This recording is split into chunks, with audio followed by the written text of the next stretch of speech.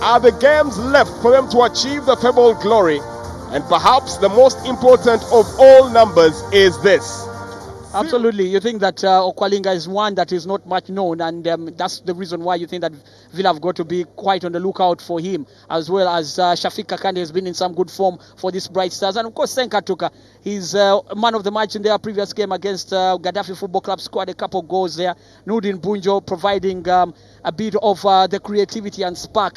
This Bright Stars team definitely has got the quality, and one that clearly AC Villa can only underestimate at their own peril. Jodvian and Simbe, a fixture that has never seen more than 3 goals scored between these two teams. The highest scoreline has been 2-1, and in the reverse fixture, it was a 1-0. Senka Tuka scoring. The other one for Villa was scored by Ivan Bogere, who is since gone. But Bright Stars, as well as Mbarara City, are the only teams in the league yet to score on the road. Well, that's a bit of their undoing. I'll tell you that is, and you feel that they definitely have got to try and get that issue and problem sorted out. Otherwise, it's not a very good record to hold, being a team that really has problems scoring away from home, and that's something that I'm sure that should inspire them. If there's nothing to inspire them but having a goal against us, or even scoring in a one kuku. And this is a place to remember last season that they had some really good times when they beat Express 2-0 here. Well, it was against this very team that AC Villa got a few problems with the fans here. Nodin Bunjo stepping up for this one, and has Kaka Dennis Omon. I think Kaka will take this one. Kaka goes for it. Good take. But an equally fine save there from Gene Bradley, also known as Diego Saves. Oh, that's quite a good save, I must say. Not an easy one, especially when you see the way the ball comes in with that curl, but also the fact that it's a bit wet, so it's not an easy ball to easily just smother. But Gene Bradley just did a good job there in getting a good hold onto that ball. Game underway. Uma Lutalo gets the ball here. Lutalo seeking assistance, but ball not moving their way.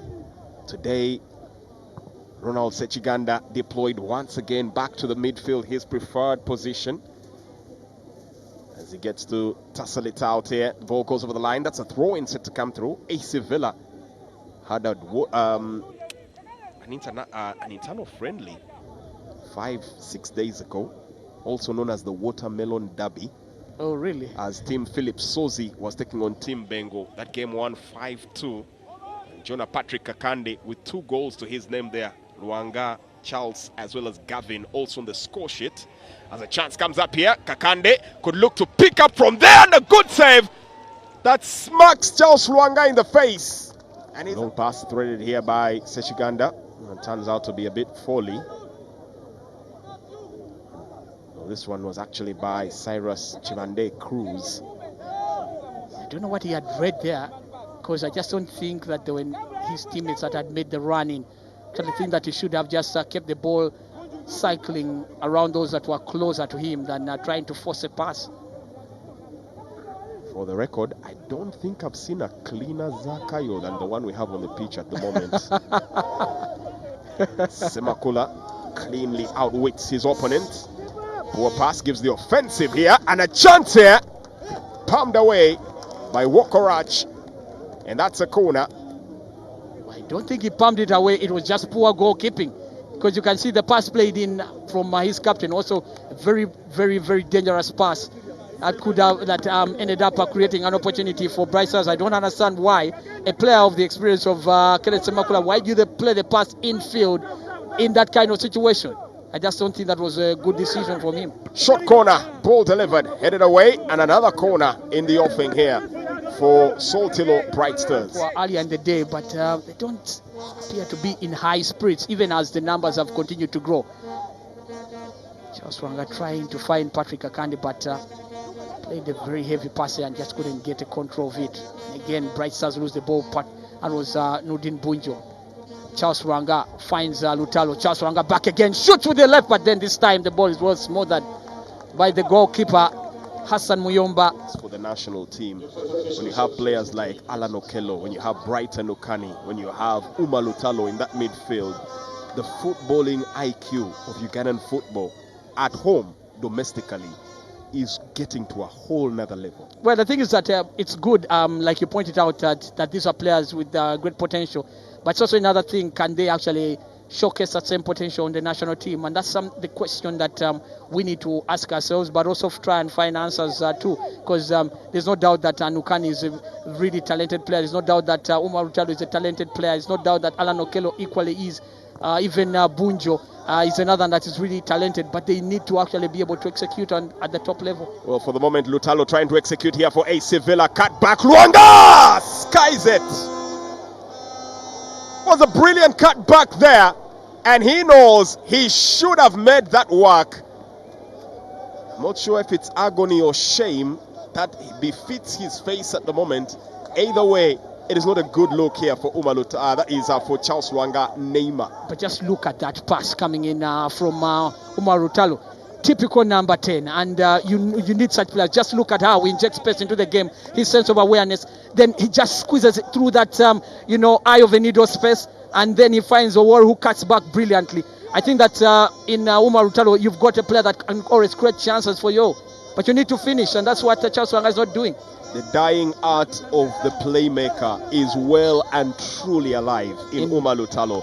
Combines the tactics of the Engache with the silky skill of the Terraquista. He is truly a marvel to watch. Yeah, of course, he's a true Terraquista, as you just pointed it out. And I think that he's one player that has developed quite significantly under coach Dusan Stojanovic. He's given him a new lease of life, I must say, in that number 10 role.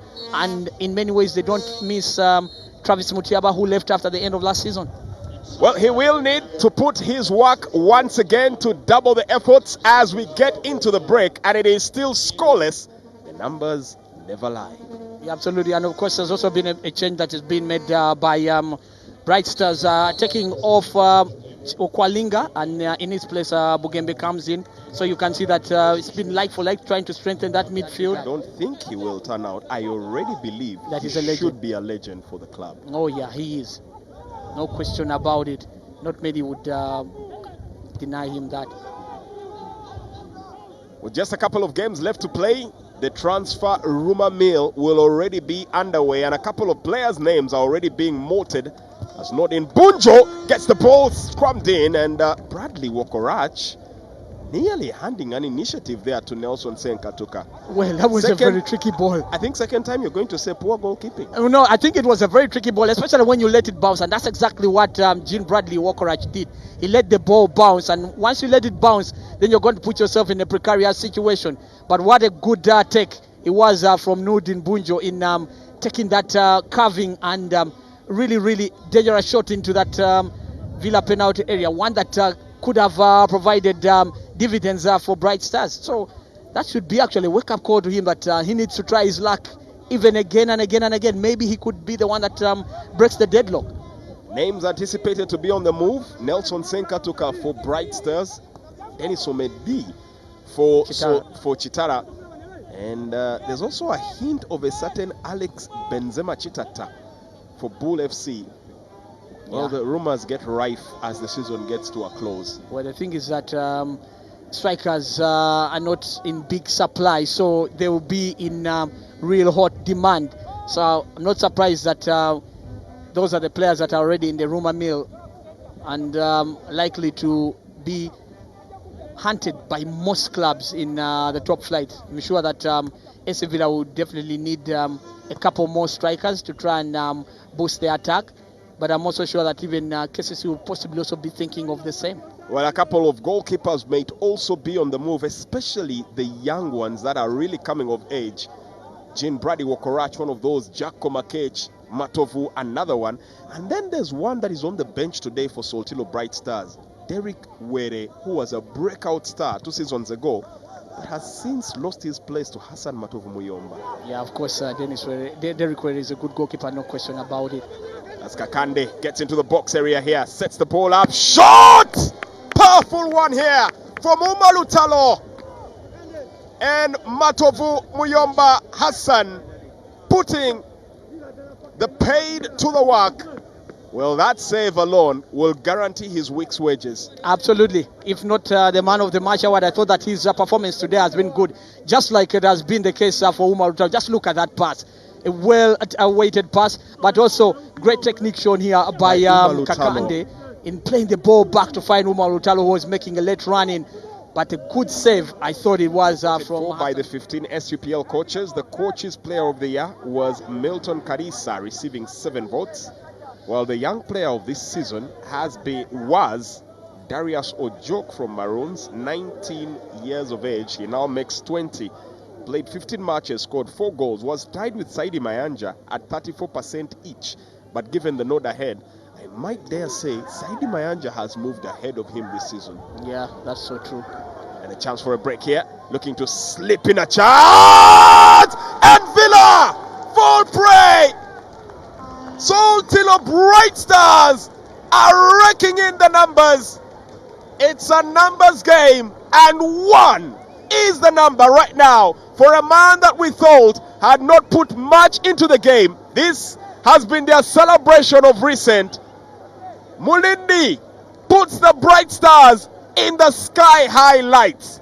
It's SC Villa 0, Saltillo Bright Stars 1. Well, I think one thing that I should now take back is the criticism that are leveled against Shafiq Kakande there. You could see what happened. He makes that run, and after all the criticism that he had not had a good game this afternoon, he makes that run, and the Villa players at 6s and 7s threads the pass in to find his teammate Mulindi, who finishes delightfully. And you think that was a bit of lazy defending coming in from SC Villa, because Shafiq Kakande makes a run from his own half, and he should be stopped from there.